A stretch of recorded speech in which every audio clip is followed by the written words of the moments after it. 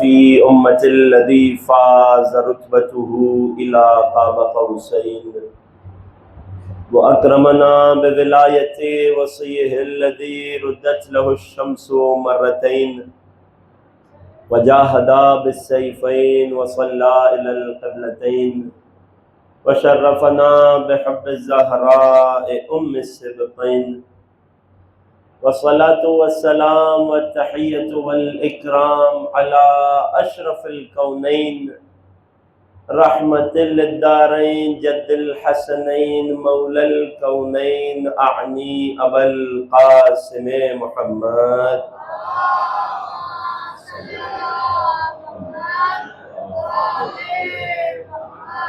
وعلى أهل بيته الأطيبين الأطهرين رحمة الله على محبيهم ولعنة الله على أعدائهم وغاصبيهم وظالميهم أجمعين.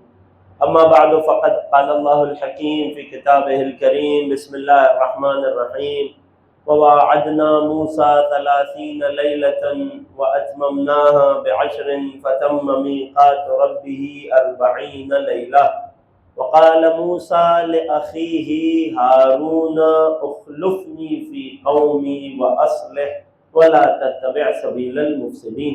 صدق اللہ العلی العظیم. درود پڑھے محمد و آل محمد.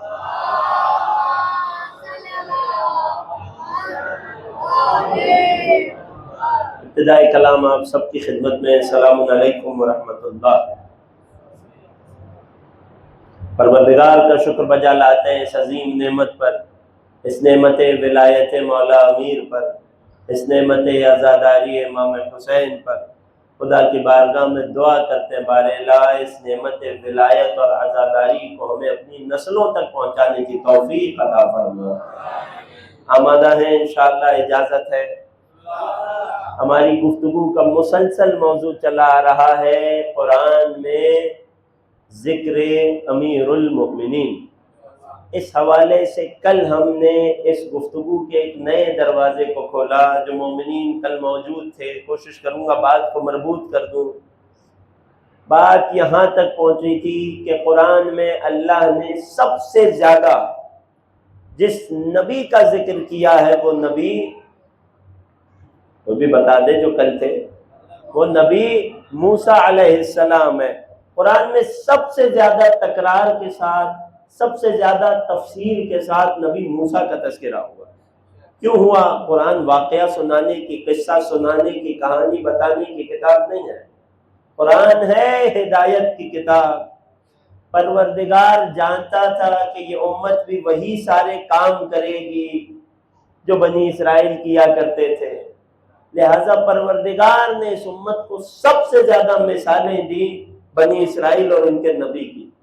اور چونکہ قرآن میں سب سے زیادہ نبی موسیٰ کا واقعہ تھا، اس وجہ سے نبی مکرم نے جب اپنی قوم کی ہدایت کرنا چاہی، جب ہمارے نبی نے ہمیں اپنے جانشین کی تعریف بیان کرنا چاہی، ان کا تعارف کرانا چاہا، اسے پہچانوانا چاہا، تو کیا فرمایا؟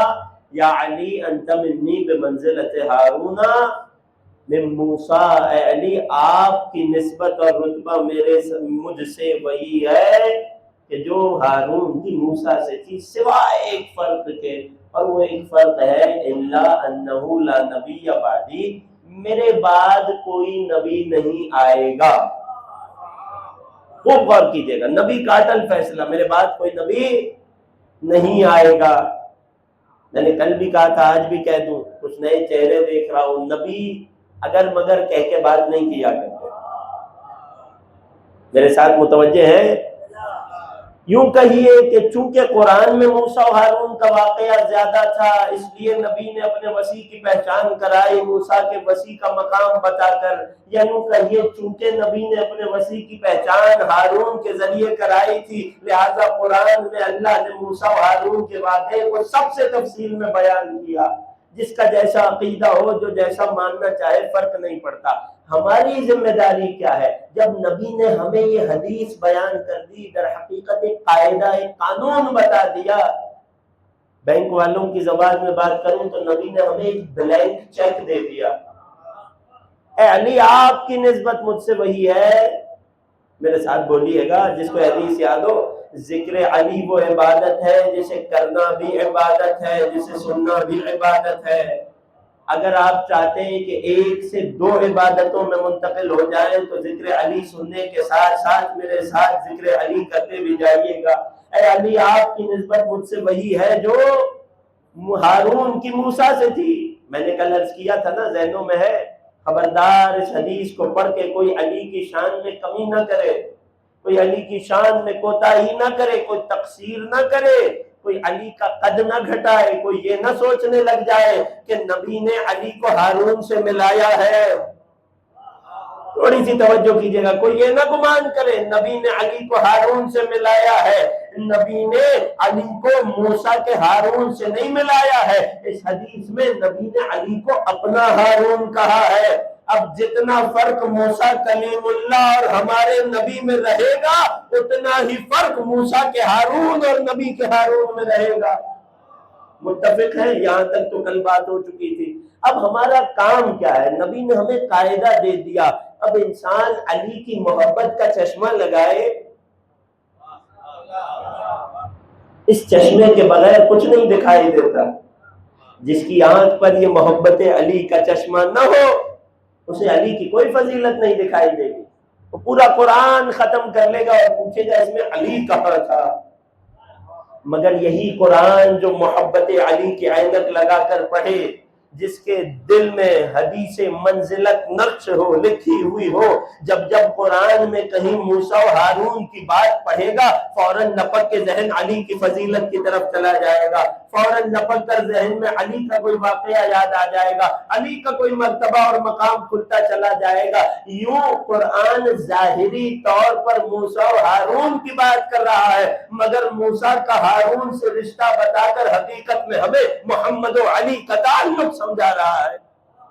اب آپ سفر کرتے جائیے، قرآن میں دیکھتے جائیے کہاں کہاں اللہ نے موسیٰ و ہارون کے بارے میں کیا بات کی، آپ کو نبی اور مولا کی زندگی میں وہی بات چھلکتی نظر آئے گی۔ یہ بات آپ تک پہنچ گئی؟ اگر یہاں تک میرے ساتھ آ گئے، ایک صلوات پڑھیے نبی اور علی کی عظمت پر۔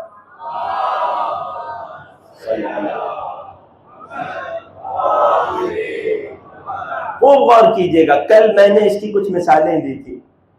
موسیٰ کو رسالت مل رہی ہے تو ہارون کو شریک رسالت بنا رہے ہیں۔ غور نہیں کر رہے، پریشان ہیں، آمادہ ہیں۔ موسیٰ کو رسالت مل رہی ہے تو ہارون کو شریک رسالت بنا رہے ہیں۔ موسیٰ کو فرعون کے دربار میں بھیجا جا رہا ہے تو ہارون کو اپنے ساتھ ساتھ لے کر جا رہے ہیں۔ موسیٰ اپنا معجزہ دکھا رہے ہیں تو ہارون موسیٰ کے سرہانے کھڑے ہیں۔ جب جادوگر کلمہ پڑھ رہے ہیں تو کلمے میں موسیٰ کے ساتھ ہارون کا کلمہ بھی پڑھ رہے ہیں۔ یہ ساری بات تو کل گزر چکی نا، آج یہاں سے بات کا آغاز کروں گا۔ یہی موسیٰ و ہارون کا تعلق اگر اپنی معراج پر دیکھنا چاہو، حدیث منزلت سے ثابت ہونے والا سب سے بڑا قاعدہ دیکھنا چاہو، علی کی سب سے بڑی فضیلت دیکھنا چاہو، سارا جھگڑا ہی ختم ہو جائے، ساری مشکل ہی حل ہو جائے اگر انسان حدیث منزلت کی عینک سے قرآن کی آیت کو پڑھے، نبی کے فرمان کی روشنی میں قرآن کی آیتوں کو کھنگالے، تو ہمیں ایک واقعہ وہ بھی ملتا ہے کہ جب فرعون سے موسیٰ کی قوم کو نجات مل چکی تھی، بنی اسرائیل امن و امان میں آ چکے تھے، تو کیا ہوا؟ اب اللہ نے موسیٰ کو کوہ طور پر اپنے سے گفتگو کے لیے بلایا۔ ارشاد ہوا وَوَعَدْنَا مُوسَىٰ 30 لَيْلَةً، ہم نے موسیٰ کو بلایا اپنے پاس کتنی راتوں کے لیے؟ 30 راتوں کے لیے۔ مگر ہمیں بنی اسرائیل کے ایمان کا امتحان لینا تھا کہ کون نبی کے جانے کے بعد ایمان پہ ڈٹا رہتا ہے۔ اور نہیں کر رہے آپ، کون نبی کے جانے کے بعد ایمان پر ڈٹا رہتا ہے؟ ہم نے کیا کیا؟ فَتَمَّ مِيقَاتُ رَبِّهِ 40 لَيْلَةً، 30 راتوں کو 40 راتوں میں بدل دیا۔ موسیٰ قوم سے کہہ کر آئے تھے 30 دن، قوم نہایت بے صبری، قوم سے 30 دن مشکل سے انتظار ہوا۔ جب 31واں دن ہوا تو وہ قوم جسے نبی نے اتنے معجزے دکھائے تھے، اتنی کرامات دکھائی تھی، فرعون سے نجات دلائی تھی، اس قوم نے اپنے نبی پہ شک کرنا شروع کر دیا۔ یہ امت کی عجیب فطرت ہوا کرتی ہے کہ ذرا نبی ان کے مزاج سے ہٹ کر کوئی کام کرے، یہ نبی کی نبوت پہ شک کرنے لگ جاتی ہے۔ یہی تو وجہ ہے نا کہ ہم نے اپنے نبی کی امت میں بھی دیکھا کہ جب تک نبی جنگوں میں جا رہے تھے، مشرکین سے جنگ کر رہے تھے، تلوار نہیں چلاتے تھے مگر نبی کے ساتھ ہوتے تھے۔ جہاں نبی نے صلح حدیبیہ کا اعلان کیا، فوراً سے کوئی اٹھ کر کہنے لگا ایسا شک رسالت پر مجھے کبھی نہیں آیا جیسے صلح حدیبیہ پہ آیا۔ مسئلہ کیا ہے کہ نبوت کو اپنے مزاج میں دیکھنا چاہتے ہیں، خود نبی کے مزاج میں ڈھلنا نہیں چاہتے۔ یہ مسلمان ہوا کرتے ہیں جو نبوت کو اپنے مزاج میں ڈھالنا چاہتے ہیں، مگر جو خود نبوت کے مزاج میں ڈھل جائے اسے سلمان کہتے ہیں، اسے ابوذر کہتے ہیں، اسے مقداد کہتے ہیں، جو کبھی آپ کو نبی کی بات میں، نبی کے بارے میں شک کرتے نہ دکھائی دیں۔ موسیٰ کوہ طور پر گئے، اللہ سے محو گفتگو ہے۔ موسیٰ اپنی قوم کو صرف 30 راتوں کے لیے چھوڑ کر جا رہے تھے۔ وہ قوم جو نجات پا چکی ہے، وہ قوم جو توحید پرست ہو چکی ہے، وہ قوم کہ جس نے معجزے دیکھ لیے ہیں، 30 راتوں کے لیے جا رہے تھے، صرف 30 راتیں، صرف 1 مہینہ، مگر جانے سے پہلے کیا کیا؟ وقال موسیٰ لأخیہ ہارون، موسیٰ نے اپنے جانے سے پہلے اپنی قوم کے سامنے اپنے بھائی ہارون کو بلایا اور اعلان کیا، یا ہارون، اے ہارون، قرآن کی آیت پڑھ رہا ہوں، اے ہارون اخلفنی فی قومی، میرے پیچھے تم میری قوم میں میرے خلیفہ و جانشین بن جاؤ۔ غور نہیں کیا آپ نے؟ جب کلیم اللہ 30 راتوں کے لیے قوم کو چھوڑے جا رہا ہو، بغیر جانشین بنائے نہ چھوڑے، کیسے ممکن ہے ہمارا نبی قیامت تک امت کو چھوڑ کر جائے مگر خلیفہ نہ بنائے؟ غور کیا آپ نے؟ اور خلیفہ و جانشین بھی کیسے بنایا؟ جسے جانشین بنایا جا رہا ہو قوم پر، اسے اس کے گھر میں بیٹھ کر نہیں بتایا جاتا کہ میرے بعد تم جانشین ہو۔ بعد میں قوم مانے یا نہ مانے، موسیٰ نے ہارون کو اپنی قوم کے سامنے بلایا تھا، ساری قوم کے سامنے اعلان کیا تھا، اخلفنی فی قومی، اے میری قوم، اے ہارون میری قوم میں میرے جانشین بن جاؤ اور میری قوم کی اصلاح کرو۔ اب سمجھ آیا کیوں غدیر میں مجمع کے سامنے نبی نے علی کو بلایا تھا؟ حدیث منزلت رکھ کے دیکھتے جائیے کہ اگر موسیٰ 30 راتوں کے لیے کہیں جائے تو اپنا خلیفہ و جانشین کسی اور کو نہیں بنائے۔ موسیٰ کے ساتھ ان کے کئی اصحاب تھے مگر موسیٰ نے کسی کو اپنا جانشین نہ بنایا، اگر بنایا تو اپنے بھائی ہارون کو بنایا۔ اے علی، آپ کی مجھ سے وہی نسبت ہے جو ہارون کی موسیٰ سے تھی، یعنی گویا رسول اپنی امت کو سمجھانا چاہ رہے ہیں جسے حدیث غدیر کے مولا کا مطلب نہ سمجھ آئے، کم از کم حدیث منزلت پہ تھوڑا سا غور کر لینا۔ اے علی، آپ کی نسبت مجھ سے وہی ہے جو ہارون کی موسیٰ سے تھی۔ اے علی، یعنی کیا مطلب؟ قرآن میں اللہ نے کہہ دیا یہ امت صرف قرآن ہی کو ماننا چاہتی ہے نا، تو قرآن میں اللہ نے کہہ دیا جب موسیٰ 30 راتوں کے لیے کہیں جائیں گے تو خلیفہ ہارون ہوگا۔ اے امت، اگر صرف قرآن سے پوچھو تو بھی اگر محمد کہیں جائیں گے تو جانشین علی ہوگا۔ مشکل کی بات تو نہیں ہے۔ توجہ میرے ساتھ ہے، آمادہ ہے، مجھے بات کوئی خاص منزل پہ لے جانا ہے۔ اگر توجہ میرے ساتھ ہے، ایک درود پڑھیے مولا کی عظمت پر۔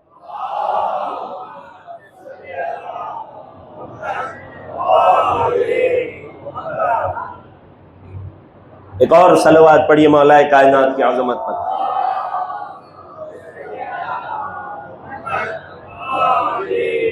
سوال یہ اٹھتا ہے، موسیٰ 30 راتوں کے لیے گئے، ہارون کو اپنی قوم پر جانشین بنا کر گئے، 30 سے 40 کی طرف راتیں بڑھنے لگی، قوم نے کیا کیا؟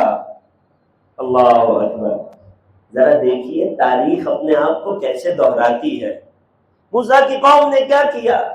جب موسیٰ کو 30 دن مکمل ہوئے، 31واں دن آیا تو قوم میں شک اور وسوسے اٹھنے لگے، اور اس قوم کے سب سے بڑے شیطان نے اسی شک اور وسوسے کا فائدہ اٹھایا۔ ایک سامری آگے بڑھا، اس سامری نے ایک بچڑا، ایک غسالہ، ایک عجل بنایا، قوم سے سونا جمع کیا، سونے کا ایک غسالہ، ایک بچڑا بنایا اور اپنا جادو دکھایا۔ نتیجے میں اس بچڑے سے آواز آنے لگی۔ وہ بنی اسرائیل جو نبی کی رات 30 سے 31 ہونے پر شک میں پڑ گئے تھے، جب سامری کو کرامت دکھاتے ہوئے دیکھا تو ان کا شک حیرت میں بدل گیا۔ سامری نے انہیں ایک لمحے میں خدا کی عبادت سے دور کر کے بچڑے کی پرستش میں لگا دیا۔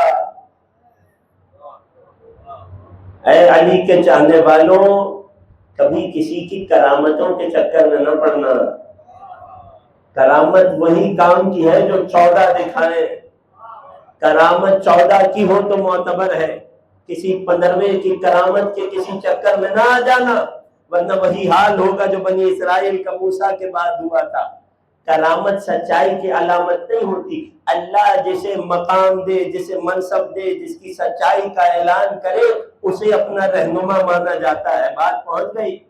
اب جب بنی اسرائیل نادان قوم نے اتنے معجزے دیکھے تھے، اتنی کرامتیں موسیٰ سے دیکھی تھی، فرعون کا مغلوب ہونا دیکھا تھا، فرعون کا پانی میں غرق ہونا دیکھا تھا، مگر انہیں کتنی دیر لگی موسیٰ کے خدا کو چھوڑ کر سامری کے خدا کی پرستش تکانے میں؟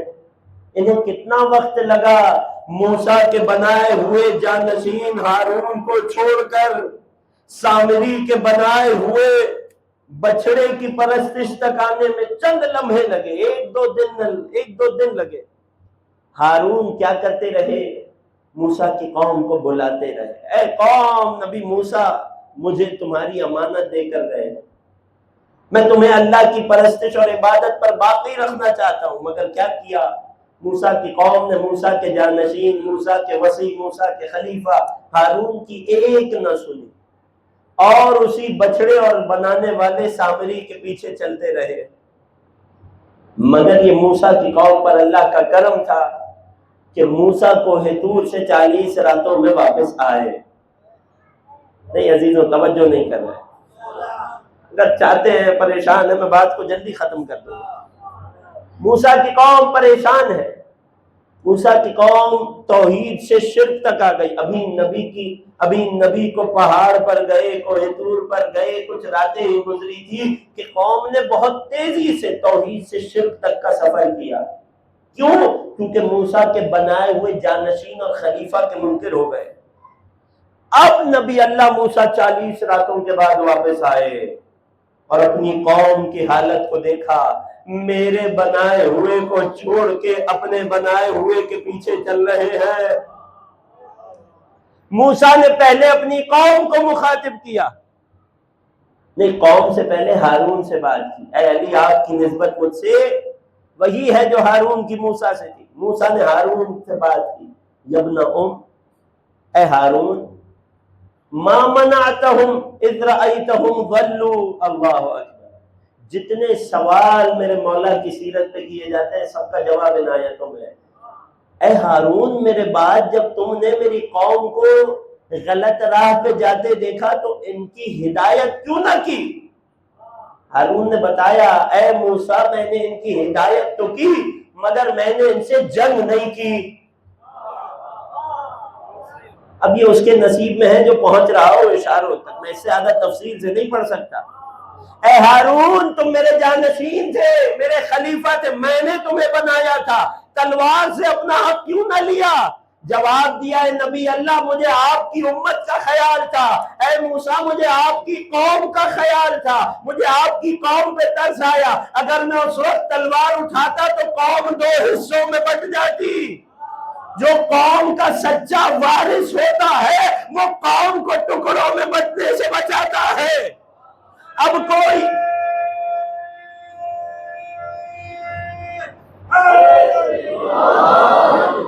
موسیٰ نے وہی کیا، واقعہ آپ سب نے سن رکھا ہوگا، نتیجہ پیش کروں گا۔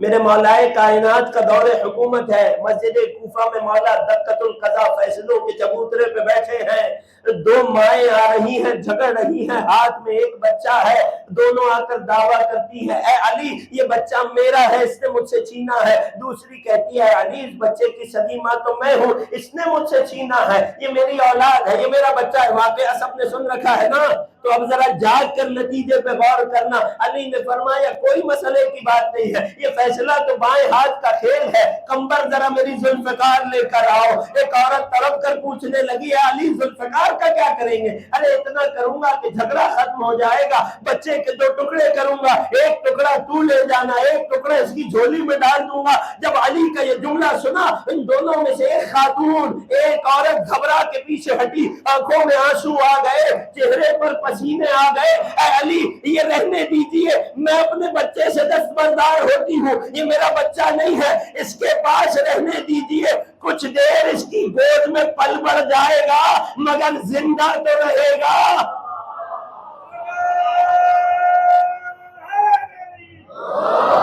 اب کوئی علی سے نہ پوچھے کہ اگر نبی کے بعد نبی کی جانشینی علی کا حق تھی تو علی نے تلوار سے اپنا حق کیوں نہ لیا؟ علی امت کے سچے باپ تھے، علی کو یہ پرواہ نہیں تھی کہ خلافت میرے پاس رہے، علی کو اتنا خیال تھا جتنی دیر دوسروں کے ہاں رہے کم از کم پل بڑھ کے جوان ہو جائے، تفرقے میں نہ بچ جائے، ٹوٹ نہ جائے، کفر و شرک میں مبتلا نہ ہو جائے۔ جو سگا ہوا کرتا ہے اسے ٹوٹنے کا ڈر ہوا کرتا ہے، اسے تفرقے کا خوف ہوا کرتا ہے۔ یہی وجہ ہے کہ موسیٰ نے ہارون کو کیا جواب دیا؟ یا ابن اے میرے ماں جائے، لا تاخذ بلحیتی، میری داڑھی پکڑ کے سوال نہ کرے۔ نبی جب چلے جائیں، نبی موسیٰ کی بات کر رہا ہوں، نبی جب چلے جائیں قوم ان کے جانشین کو چھوڑ دے تو نبی جب لوٹتا ہے تو بڑا غضبناک لوٹتا ہے، چاہے دنیا میں لوٹے چاہے میدان محشر میں امت نبی کے پاس جائے، نبی سوال کرتا ہے کہ تو نے میری قوم کو ہدایت کیوں نہیں دی، میری قوم توحید سے کیوں ہٹ گئی، میرے بنائے ہوئے کی منکر کیوں ہو گئی؟ ہارون نے وہی جواب دیا جو جواب محمد و علی کے باب میں بنتا ہے، ابن اے میرے ماں جائے، ان القوم لا تاخذ بلحیتی ولا براسی، اے موسیٰ مجھے ذمہ دار نہ سمجھیے، انی خشیت ان تقول، مجھے تو یہ خوف تھا کہ آپ آ کر یہ نہ کہہ دیں فرقت بین بنی اسرائیل، اے ہارون آپ نے میری قوم کو دو ٹکڑوں میں تقسیم کر دیا، میں قوم کا اتحاد بچا رہا تھا، میں قوم کی یکجائی بچا رہا تھا، میں نے قوم کو خوریزی سے بچایا ہے۔ اللہ اکبر۔ جملہ مصائب میں پڑھا جاتا ہے، میں تاریخ کے عنوان سے پڑھ رہا ہوں، مصائب سے دور ہوں۔ بعد رسول جب علی کو لے جایا جا رہا تھا بیعت کے لیے، تاریخ کہتی ہے مولا نے قبر رسول کا رخ کیا اور یہی آیت کی تلاوت کر رہے تھے، یا ابن ان القوم استضعفونی، آپ کی قوم نے مجھے کمزور کر دیا تھا، جو ہارون نے موسیٰ کو کہا آپ کی قوم نے مجھے کمزور سمجھ لیا تھا، وَقَادُوا يَقْتُلُونَنِي، قریب تھا مجھے قتل کر دیتے، لہٰذا مجھے ملامت نہ کیجیے گا اگر انہوں نے حق کا راستہ چھوڑ دیا ہے۔ جو جملہ جو جواب ہارون کے لبوں پر تھا وہی آیت بن کے اترا اور وہی میرے مولا کے لبوں پر تھی۔ رسول کی قبر کی طرف نگاہ کر کے علی نبی کے سامنے عذر خواہی کر رہے تھے کہ یا رسول اللہ غلطی میری نہیں ہے، ان کی ہے جنہوں نے میری جانشینی کا انکار کیا۔ جس تک بات پہنچ گئی درود پڑھے محمد وآل پر۔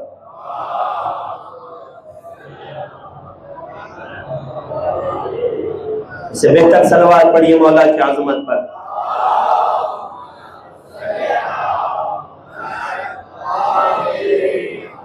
مگر جب امت نبی کا بنایا ہوا جانشین چھوڑ دیتی ہے، یا یوں کہوں بنی اسرائیل نے جب نبی کا بنایا ہوا جانشین چھوڑ دیا تو نبی نے آ کر فقط اپنے جانشین ہارون سے نہیں پوچھا، اب اس کے بعد نبی نے امت کی طرف نگاہ کی، امت سے سوال کیا، امت میں جس نے بنایا تھا جھوٹا خدا اس سامری سے بھی پوچھا، اور جسے بنایا گیا تھا اسے تو نبی اللہ موسیٰ نے اپنی الواح کی ایک ضربت سے پارا پارا کر دیا۔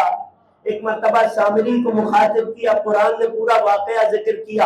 قال فما خطبک یا سامری، اے سامری تیرا کیا چکر ہے، تجھے کیا پریشانی تھی، میرے بنائے ہوئے جانشین سے تو نے امت کو کیوں پھیرا، کسی اور کی طرف میرے بنی اسرائیل کو کیوں لے گیا؟ سامری ہی تھا نا جس نے بنایا تھا موسیٰ کو اور ہارون سے بنی اسرائیل کو پھیر دیا تھا، تو نے کیوں میری قوم کو گمراہ کیا؟ سامری نے جواب دیا، اللہ اکبر، ایک نتیجہ پیش کرنے لگا ہوں جس کی توجہ میرے ساتھ ہو. کہنے لگے اعلیٰ، سامری نے جواب دیا، بصرت بما لم یبصروا به، اے نبی اللہ میری کامیابی صرف اس وجہ سے ہوئی، اس قوم کو بہکانے میں، آپ کی قوم کو آپ کے جانشین سے دور رکھنے میں، حق کے راستے سے ہٹانے میں، میری آنکھوں نے وہ دیکھا جو یہ بنی اسرائیل نہ دیکھ پائے. اے سامری تیری آنکھ نے کیا دیکھا تھا؟ سامری کا کمال یہ تھا کہ جب تک موسیٰ کو حضور پر نہیں گئے تھے یہ نبی موسیٰ کے ساتھ ساتھ چمٹا رہتا تھا. توجہ نہیں کر رہے آپ، نبی موسیٰ کے قریب قریب رہتا تھا، آس پاس پھرتا تھا، موسیٰ جہاں کہیں جا رہے ہو موسیٰ کے ساتھ ساتھ جڑ جاتا تھا. اس کا اسے فائدہ کیا ہوا کہ ایک روز اس نے جبرائیل امین کو نبی موسیٰ کے پاس وحی لاتے ہوئے دیکھا، اور اس کی آنکھوں نے یہ بھی دیکھ لیا، اس کی آنکھوں میں وہ بصیرت آ گئی. امتحان ہوتا ہے نا، خدا کسی سے لے کر آزماتا ہے، کسی کو کچھ دے کے آزماتا ہے. اس کی آنکھوں نے دیکھا کہ جب جبرائیل آئے تو اپنی جنتی آسمانی سواری پر آئے، اس سواری کے ٹاپ جہاں زمین پر پڑے، جبرائیل کے جانے کے بعد سامری کہتا ہے فَقَبَضْتُ قَبْضَةً مِّنْ أَثَرِ الرَّسُولِ. خوب توجہ کیجئے گا، نتیجہ حوالے کرنا ہے عزیزو. سامری نے یہ سارا جادو کیسے دکھایا تھا؟ ایک سونے کے بچڑے کو زندہ کیسے کر دیا، بولنے کیسے لگا، حیات کیسے آ گئی. کہنے لگا قبضت قبضۃ من اثر الرسول، اے نبی اللہ موسیٰ میں نے تو اتنا کیا تھا کہ آپ اللہ کا فرستادہ، اللہ کا فرشتہ، اللہ کا پیغام لے کر جس نورانی سواری پر آیا تھا، میں نے اس سواری کے نقش قدم سے کچھ خاک اٹھا لی تھی. جب وہ خاک میں نے اس بچڑے کے منہ پر ماری تو یہ بچڑا مردہ سے زندہ ہو گیا، یہ کلام کرنے لگ گیا. میں نے کہا آپ نے سن لیا. سامری کو بھی اتنی معرفت اور پہچان تھی کہ جو اللہ کا پیغام لانے والا جبرائیل ہے، اس کی سواری کی خاک میں، اس کی سواری کے قدم کی خاک میں یہ طاقت ہے کہ اگر مردہ بچڑے پہ پھینک دوں تو زندہ ہو جائے. ذرا سوچئے اس آقا کے قدم کی خاک میں کیا طاقت ہوگی کہ جس کا جھولا جھلانے جبرائیل آتا ہو. یہی تو وجہ ہے کہ جس خاک میں حسین آرام کر رہے ہیں اس خاک کو خاک شفا کہا جاتا ہے. آج کے بعد آپ سے کوئی پوچھے خاک شفا میں شفا کہاں سے آتی ہے؟ حسین کی سواری کے قدموں سے آتی ہے، حسین کے مبارک قدم سے آتی ہے. جس زمین میں حسین کا پاکیزہ خون جذب ہو گیا ہو، ارے یہ تو اس جبرائیل کے آقا ہے کہ جس کی سواری کے قدم کی خاک سامری کے بچڑے کو زندہ کر دیتی ہے. یہ خاک شفائے امام حسین ہے. بات کو ایک منزل اور آگے بڑھاؤں. ادھر سامری نے جواب دیا، ادھر موسیٰ نے سامری کو سزا دی، اپنی قوم کو دوبارہ راہ راست پر بلایا. اب جو راہ راست پر بلانا تھا تو کیا کیا؟ قرآن میں اللہ نے پیغام دیا وَأَوْحَيْنَا إِلَى مُوسَىٰ وَهَارُونَ. قرآن میں بھی اللہ نے عجیب فیصلہ کیا ہے. جہاں جہاں موسیٰ پہ وحی آ رہی ہوتی تھی قرآن اس وحی میں ہارون کو شریک قرار دیتا ہے. حدیث منزلت ذہن میں نہیں رکھی آپ نے. وہاں اللہ ہارون کو وحی میں شریک قرار دیتا ہے. اب سمجھ آیا کہ مولا علی کو نبی نے کیوں کہا تھا کہ یا علی ترا ما ارا و تسمع ما اسمع. اے علی جو جو رسالت کی آنکھ دیکھتی ہے وہ آپ کی آنکھ بھی دیکھتی ہے. جو جو میں محمد سنتا ہوں اے علی آپ بھی وہ سب سنتے ہیں. جب جب جبرائیل وحی لے کر آتا تھا نبی کے پاس علی ہوتے تھے، وحی نبی پر آتی تھی مگر علی کے کان بھی وہی سنتے تھے جو محمد کے کان سنتے تھے. علی کی آنکھیں بھی وہی دیکھتی تھی جو نبی کی آنکھیں دیکھتی تھی. ایک صلوات پڑھیے میرے مولا کی عظمت.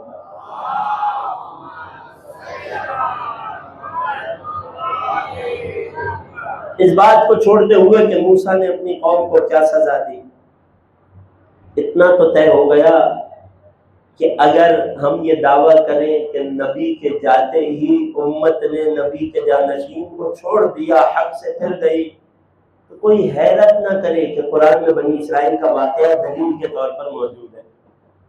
اب خدا نے انہیں دوبارہ سیدھے راستے پر کیسے لایا؟ وَأَوْحَيْنَا إِلَىٰ مُوسَىٰ وَهَارُونَ، ہم نے موسیٰ و ہارون پہ وحی کی، ان تجعلوا بیوتکما قبلہ،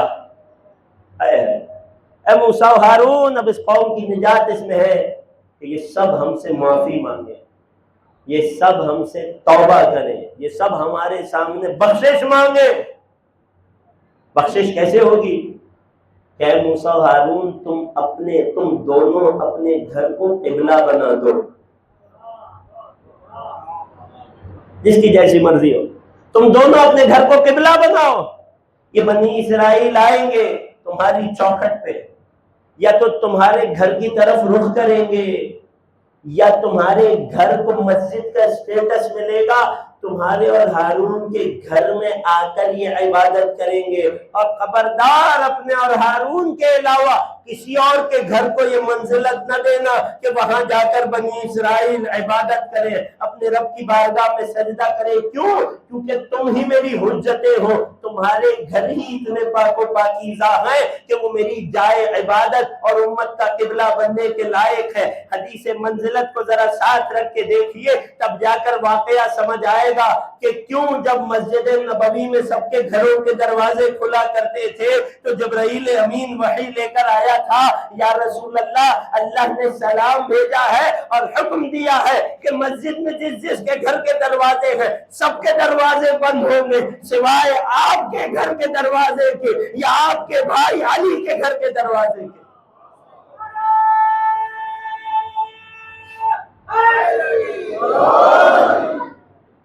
اس واقعے کو کہتے ہیں واقعہ سد ابواب، اپنے بچوں کے لیے بتا رہا ہوں۔ وہ واقعہ کہ جب نبی نے اللہ کے حکم سے مسجد میں سب کے گھروں میں کھلنے والے دروازے، کھڑکیاں، یہاں تک کہ کسی نے فرمائش کی، یا رسول اللہ ایک سوراخ جتنی جگہ رہنے دیجئے تاکہ مسجد میں بس آپ کو دیکھتا رہوں۔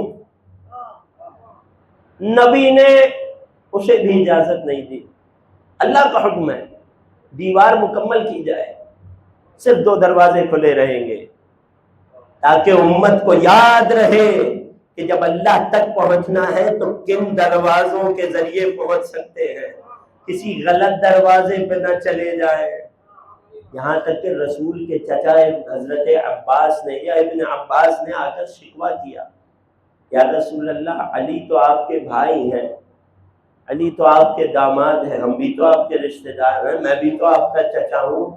آپ نے، ابھی اپنے عباس کے جملے تھے، یا رسول اللہ آپ نے علی کا دروازہ کھلا رہنے دیا، خوب غور کیجیے گا ان جملوں پر، آپ نے علی کے گھر کا دروازہ کھلا رہنے دیا، آپ نے میرے گھر کا دروازہ بند کر دیا۔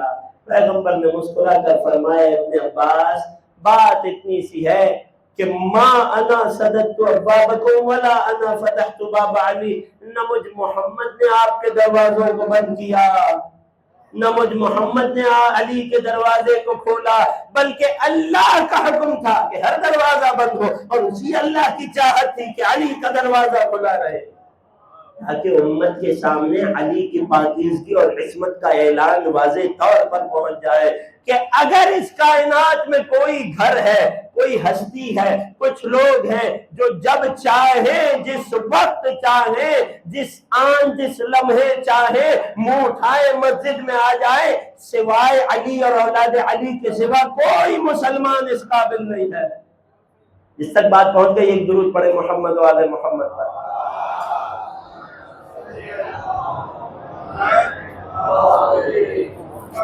اور جانتے ہیں یہ حدیث نبی نے سب سے زیادہ کب تفصیل سے بیان فرمائی؟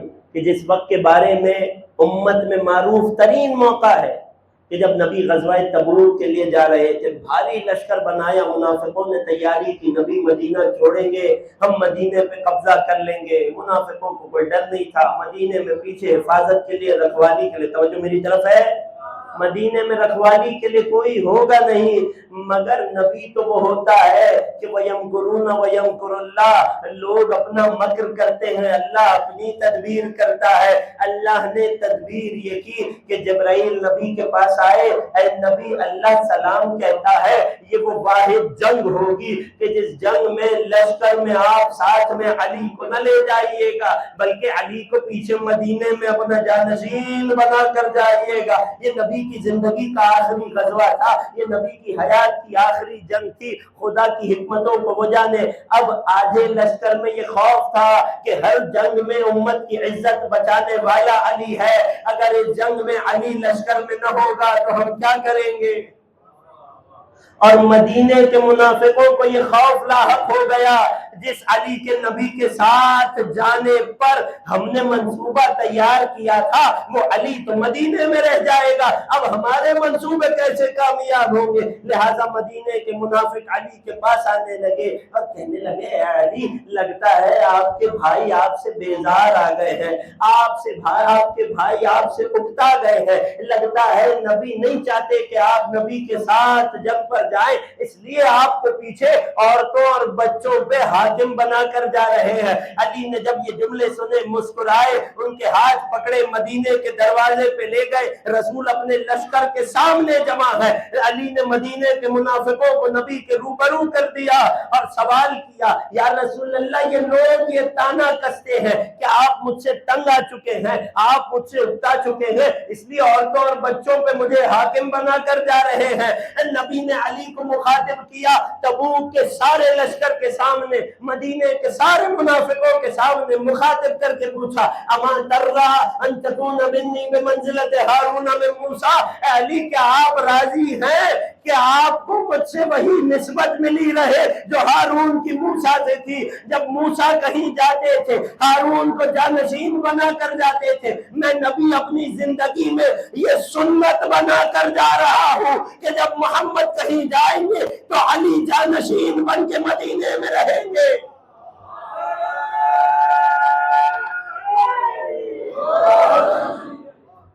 اور خدا کی مصلحت یہ تھی کہ نبی تبوک میں گئے، مگر کفار و مشرکین تبوک نے جنگ کرنے سے انکار کر دیا۔ یوں ہمیں کہنے کا حق رہا کہ اسلام میں جتنی جنگیں لڑی گئی وہ سب علی کی تلوار پہ فتح ہوئی۔ ایک جگہ جہاں میرا مولا شریک نہیں تھا وہاں جنگ کا ہونا ہی گوارا نہ ہوا، کہیں ایسا نہ ہو کوئی اور کل اٹھ کر علی کی برابری کرنے لگے کہ میں نے بھی تبوک میں فلاں کارنامہ دکھایا تھا۔ یہاں تک بات پہنچ گئی، ایک جملہ کہوں گا اور مسائل میں منتقل ہو جاؤں گا۔ جو رشتہ اور تعلق بھائی چارگی کا، محبت کا، قربانی کا، اطاعت کا، وفاداری کا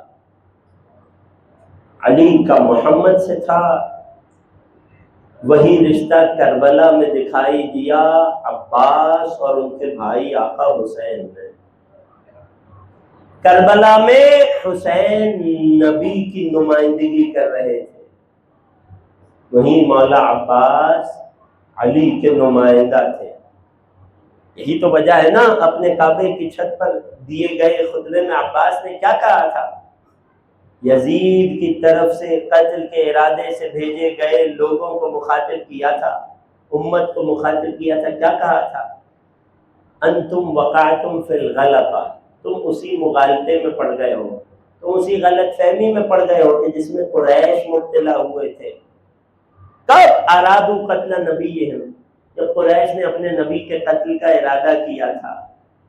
ولیکن لا امکن لہم ذلک، قریش کے لیے ممکن نہ ہوا۔ کب تک؟ جب تک میرے بابا علی زندہ تھے۔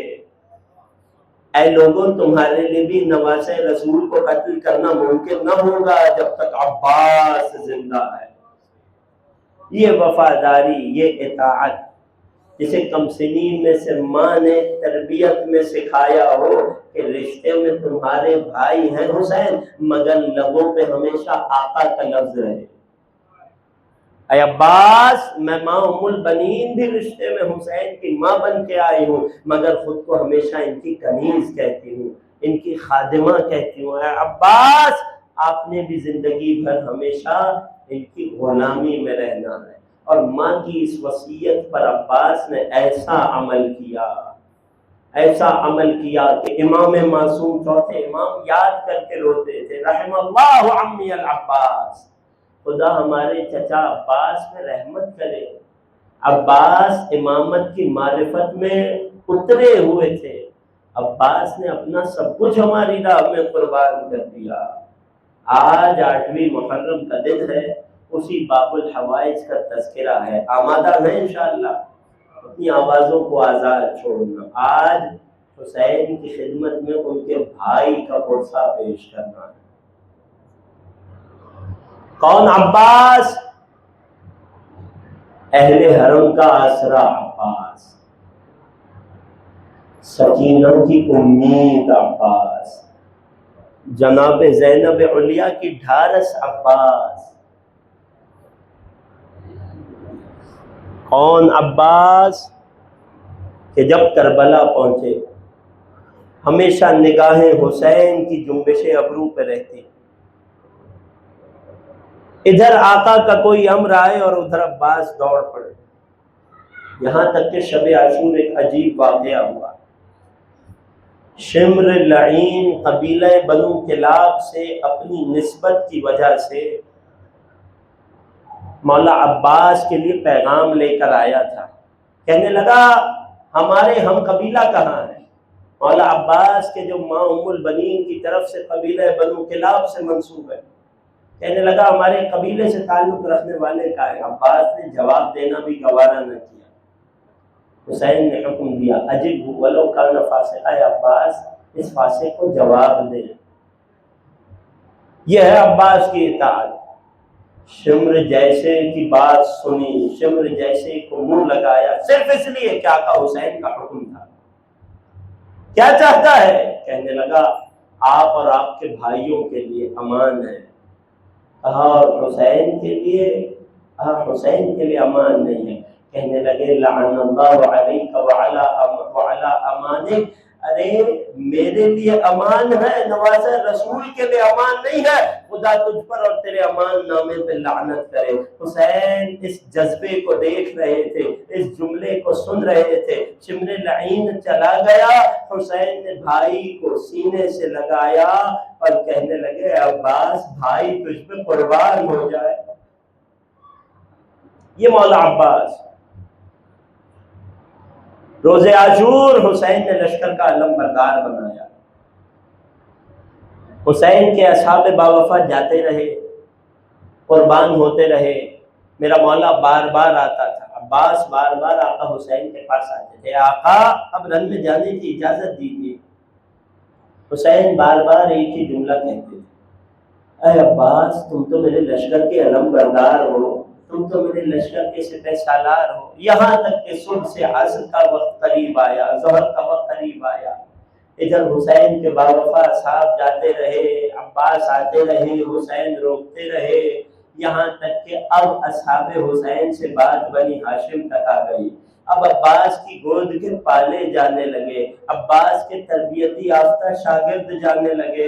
ارے اونو محمد بھی چلے گئے، ارے قاسم بھی چلے گئے۔ ایک مرتبہ دوبارہ عباس تنہا حسین کی خدمت میں آئے، اے آقا اب تو جانے کی اجازت دیجیے۔ حسین نے وہی جواب دیا، اے عباس آپ تو میرے لشکر کے علم بردار ہیں۔ ایک مرتبہ گردن جھکائی، مقتل کے جملے ہیں، حسین کی غربت کو محسوس کرنا۔ فنظر یمینا و شمالا، ایک مرتبہ عباس نے دائیں جانب نگاہ کی، ایک بار بائیں جانب دیکھا اور گردن جھکا کے عرض کرنے لگے، اے آقا اب وہ لشکر ہی کہاں بچا جس کا میں علم بردار ہوں۔ اللہ اکبر۔ عباس سے حسین کی یہ تنہائی دیکھی نہ جا رہی تھی، یہ غربت برداشت نہیں ہو رہی تھی۔ حسین راضی نہ ہوئے، عباس سر جھکائے خیموں کی طرف آئے. جس خیمے میں کم سے کم بچے جمع تھے، عباس نے اس خیمے میں ایک منظر دیکھا اور شیر خدا کا شیر خود کو سنبھال نہ پایا. ارے منظر کیا دیکھا کہ جس خیموں میں بچے جمع ہیں وہاں پانی کی سوکھی مشکیں رکھی ہوئی ہیں، پانی ایک قطرہ بھی نہیں ہے. کم سے بچوں کی پیاس کی شدت کا یہ عالم ہے کہ جس جگہ پر خیمے میں خاک پر پانی کی سوکھی مشکیں رکھی تھی، بچے وہاں سے مشک ہٹا کر اپنے رخسار خاک پر مل رہے تھے. شاید سوکھی مشک کی ٹھنڈک سے کچھ پیاس کے احساس میں کمی آ جائے. ارے تم نے یہ منظر سنا، برداشت نہ کر سکے. ذرا سوچو غیرت مند عباس نے کیسے دیکھا ہوگا. ایک مرتبہ چہرے پہ جلال آیا، ارے گودی میں سکینہ کو لیا، ایک ہاتھ میں مشکیزے کو تھاما اور حسین کی طرف آنے لگے. ادھر حسین نے دور سے چچا کو بھتیجی کو گود میں لے کر آتے دیکھا. حسین ساری بات جانتے تھے. ایک جملہ عباس سے فرمایا، ایک جملہ سکینہ سے کہنے لگے. آمادہ ہے نا عزیزوں، جسے رونا نہ آئے سر جھکا لے گا مظلوم کے غم میں. 8ویں محرم کو نہ رو گے تو کس دن کا انتظار کرو گے. پروردگار سے دعا کرنا ہے، پروردگار ہمیں فرش عذاب آنسو عطا کر دے. اور جب حسین مظلوم کے غم میں رونا تو کیسے رونا کہ چھٹے امام کی دعا میں شامل ہو جاؤ. اے پروردگار ان آوازوں پر رحم کر جو ہمارے حسین کے غم میں بلند ہوتی ہے. اجرکم علی اللہ. عباس حسین کی طرف جا رہے ہیں. حسین نے سکینہ کو اور عباس کو مخاطب کیا. عباس سے کہنے لگے، اے عباس بہت بڑی سفارش لائے ہو، اب ہم نہ روکیں گے، جاؤ بچوں کے لیے پانی کا انتظام کرو. مگر ایک جملہ سکینہ سے کہا، اے سکینہ ابھی چچا کی سفارش بن کے آئی ہو، ابھی کچھ دیر گزرے گی کہ شام غریب آئے گی، شمر تماچے مارے گا، ارے تازیانے چھینے گا، دامن میں آگ لگے گی، چچا بہت یاد آئیں گے. سکینہ اجرکم علی اللہ، اجرکم علی الزہرا. مولا عباس بیویوں کے بہنوں کے خیمے میں آئے اجازت لینے کے لیے. یہاں ایک عجیب غربت کا منظر ہوا. بہن زینب علیہ نے بھائی کو بلایا، عباس کو خیمے کے درمیان میں بٹھایا، ساری بیویوں کو جمع کر کے کہنے لگی، اے بیویوں جب نانا کے مدینے سے روانہ ہو رہے تھے تم سب نے آ کر مجھ سے ضمانت مانگی تھی کہ علی کی دختر ضمانت دیجئے کہ ہمارا پردہ تو سلامت رہے گا، ہماری چادر تو محفوظ رہے گی. اے بیویوں مجھ زینب نے تمہارے پردے کی ضمانت لی تھی، مگر اب میں اپنی ضمانت تم سے اٹھاتی ہوں. کیوں؟ ارے جس عباس کے بھروسے ضمانت لی تھی اب وہ عباس مقتل میں جا رہا ہے. اجرکم علی اللہ، اجرکم علی الزہرا. ہاں زادارہ نے امام حسین. ایک مرتبہ عباس سوار ہوئے، قدموں نے خط کھینچنا شروع کی. ہاتھ میں علم ہے، مشق سکینہ ہے، ایک ہاتھ میں نیزہ ہے. 4 یا 8 ہزار کے پہرے کو چیمتے ہوئے فرات کنارے علی کا شیر پہنچا. کسی میں جرأت نہ ہوئی عباس کے سامنے آئے یا عباس کی سواری کی راہ میں رکاوٹ بنے. میرا مولا ترائی میں اترا ہے، اپنی سواری سے تشریف لاتے ہیں. ایک مرتبہ چلو میں پانی کو بھرا، 3 دن کے پیاسے کو پانی میں سکینہ کا عکس دکھائی دیا. عباس نے پانی کو فرات میں پلٹ دیا. ایک مرتبہ مشکیزہ بھرا، دوبارہ سوار ہوئے اور خیموں کی طرف جانے لگے. سامنے سے کسی میں حملے کی جرأت نہ ہوئی، مگر ایک شکی نے ایک درخت کے پیچھے چھپ کے وار کیا. ایک تیر چلا، میرے مولا کے بائیں بازو میں پیوست ہوا. عباس کا بایاں بازو شہید ہو گیا. مشق سکینہ کو دائیں ہاتھ میں سنبھالا، ایک اور لائن آگے بڑھا، ایک نیزے کا وار کیا. سر کو پیٹ کے ماتم کرنا میرے مولا کے غم میں. اور جب ہاتھوں سے سر کو پیٹ رہے ہو تو یہ یاد کر کے رونا، یہ اس کا ماتم ہے کہ جس کے دونوں ہاتھ کٹ چکے تھے. ہاں زادارو ایک لائن آگے بڑھا، نیزے سے وار کیا، میرے مولا کا دائیں بازو بھی شہید ہوا، مگر عباس کی رفتار میں کوئی کمی نہ آئی، مشکیزے کو دانتوں میں رکھا، آسمان کا رخ کیا۔ اے پالنے والے، بس اتنی سی دعا ہے کہ یہ پانی حسین کے بچوں تک پہنچ جائے۔ اور مولا نے تیر جوڑا، تیر جو چلا، مشک سکینہ چھنی، ارے پانی بہ گیا۔ جو ہی مشک سے پانی بہا، عباس نے اپنی سواری کرو دوبارہ خیموں سے بول دیا، دوبارہ آسمان کا رخ کیا، دعا کی۔ میں نے جملہ کہا، تم نے بڑی خاموشی سے سن لیا۔ ہاں زادارو بس اتنا بتاؤ، جب تم دعا کرتے ہو تو کیسے کرتے ہو؟ ارے دعا کے لیے دونوں ہاتھ اٹھاتے ہو، وہ کیا کرے کہ جس کے دونوں ہاتھ کٹ چکے ہیں؟ ایک مرتبہ آنکھیں آسمان کی طرف کی، اے اللہ تیری مصلحت تو جانے، بس اتنی دعا سن لے، اتنی لاج رکھنا کہ اگر پانی حسین کے خیموں تک نہ گیا تو عباس کا لاشا بھی خیموں تک نہ جائے۔ اجرکم علی اللہ، اجرکم علی الزہرا۔ ہاں زادارو، اب میرا مولا دوبارہ فرات کی جانب جا رہا ہے۔ ایک شتی نے تیر چلایا، تیر میرے مولا کی آنکھ میں پیوست ہوا۔ سب کو پیٹ کے ماتم کرنا، اب باب الحوائج کا ماتم ہے، علی کے لال کا ماتم ہے، باوفا علمدار کا ماتم ہے۔ میں نے جملہ کہا، تم نے پھر بڑے اطمینان سے سنا۔ انصاف سے بتاؤ، ارے تمہاری آنکھ میں خاک کا ایک ذرہ بھی چلا جائے تو کیا تکلیف ہوتی ہے؟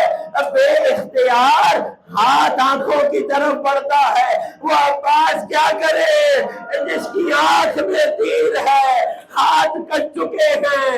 جانتے ہو میرے مولا نے کیا کیا؟ آخری جملے زحمت ہے تمام۔ جانتے ہو میرے مولا نے کیا کیا؟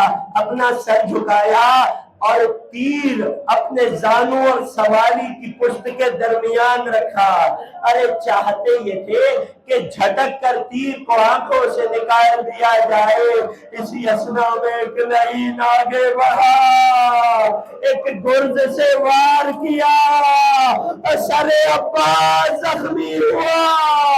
سر کو پیٹ کے ماتم کرنا، سر عباس زخمی ہوا۔ یہ وہ زخم تھا کہ جس کے بعد باب الحوائج سواری پہ سنبھل نہ پایا۔ حسین کا علمدار، سکینہ کا چچا، اپنی سواری کی پشت سے کربلا کی زمین پر آ گیا۔ اجرکم علی اللہ، اجرکم علی الزہرا۔ ایک جملہ کہوں عزیزوں، جو پہنچ جائے چیخ مار کے رونا، سر کو پیٹ کے وار کرنا، عباس کے زخمی سر کے مصائب پڑھ رہا ہوں، ہاتھوں سے پیٹ کر ماتم کرنا کہ اس کے مصائب ہیں جس کے ہاتھ کٹ گئے تھے۔ جانتے ہو کربلا کا ہر شہید جب سواری سے خاک کربلا پہ آتا تھا تو ہاتھوں کا سہارا لیتا تھا۔ میرا مولا منہ کے بل زمین ادھر زمین کربلا پہ آئے، ادھر آواز دی، اے آقا حسین میرا آخری سلام قبول کرو۔ ادھر حسین نے اپنی کمر کو تھاما، الان انکسر ظہری، ہائے حسین کی کمر جھک گئی۔ ماتم ابو الفضل العباس۔